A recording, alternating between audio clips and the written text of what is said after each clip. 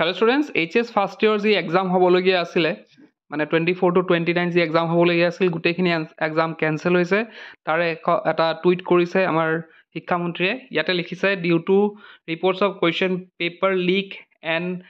Brace of protocol the remaining subjects of HS first year examination 2025 scheduled from 24 to 29 stand cancel. Further action will be decided in the board meeting on 24th March. তো ইয়াতে কোৱা হৈছে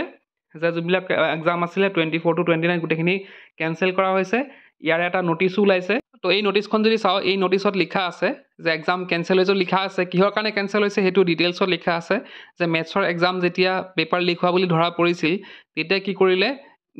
মানে school বা কলেজবিলাকক কি কৰিলে যে তোমালোকে কি কৰা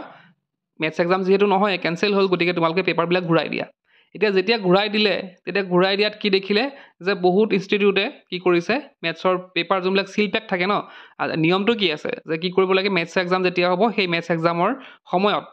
কি কৰিব সিল পেকটো খুলিব কিন্তু বহুতো ইনষ্টিটিউটে কি কৰিছিলে সেই সিল পেক খুলি পেলাইছিল আগতে তো এইবিলাক কি হৈছিলে এইবিলাকটো আমাৰ নিয়ম নহয় গতিকে অনিয়ম হোৱাৰ কাৰণে কি কৰিছে বহুতো ষ্টুডেণ্ট ধৰা তেনেকুৱা ইনষ্টিটিউট ধৰা পৰিছে এনেকুৱা কৰা তো গতিকে কি কৰিছে সেইটো বেচিছত কি কৰা হৈছে এক্সামবিলাক কেনসেল কৰা হৈছে তাৰপিছত 24ত এটা মিটিং পাতিব তেওঁলোকে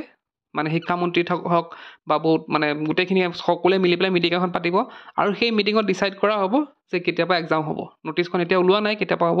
কিন্তু 24ত তেওঁলোকে মিটিং হোৱাৰ পিছত সেইটো ডিচাইড কৰিব যে বাকী এক্সামবিলাক কেতিয়া হ'ব তো এইখিনি আছিল ইনফৰমেশ্যন তোমালোকে যিমান পাৰা ভিডিঅ'টো শ্বেয়াৰ কৰিবা আজি ভিডিঅ'তে কৰিলোঁ কি ৱাচিং কেন লাৰ্ণ